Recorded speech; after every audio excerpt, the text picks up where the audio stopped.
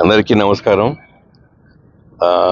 ఏదైతే ఎక్స్పెక్ట్ చేసినామో దానికంటే చాలా గొప్పగా గెలిచారు బీజేపీ అభ్యర్థి కొండ విశ్వేశ్వరరెడ్డి.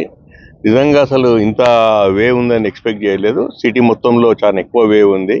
కానీ నా కోసం కష్టపడ్డ మా కాంగ్రెస్ కుటుంబ సభ్యులు, మా ఎమ్మెల్యేలు, మా ఇన్ఛార్జ్లు, రకరకాల ఇన్ఛార్జ్లు వచ్చినారు. దాంతోపాటు కాంగ్రెస్ కుటుంబ కార్యకర్తలందరూ నిజంగా ఎంత కష్టపడ్డారు ఇన్నాళ్ళు. ప్రతిదీ ఏది కూడా వదలకుండా అన్ని విధాలు అన్ని సాయశక్తుల కష్టపడ్డారు. దాని తర్వాత వచ్చిన ఫలితం ఇది.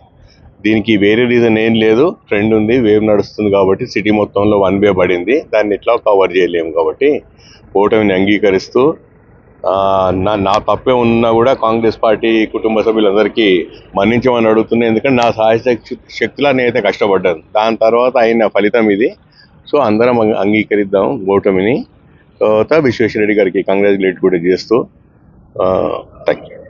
పార్టీ మారడం ఏమైనా ఓటమి కారణం? నేనేమంటున్నా అంటే ఎన్నో రీజన్స్ ఉన్నాయి. ఒక్కొక్క రీజన్ ఎందుకు చెప్పకూడదు అంటే ఆ రీజన్ చెప్తే తప్పైపోతుంది. నేను అందరిలాగా రీజన్ నేనే ఒప్పుకుంటున్నా. ఓటమిని నేను అంగీకరించిన తర్వాత ఇంకా దేనికన్నా ఒప్పుకోవచ్చు. MFSN ఛానల్కు లైక్ చేయండి, షేర్ చేయండి, సబ్స్క్రైబ్ చేయండి.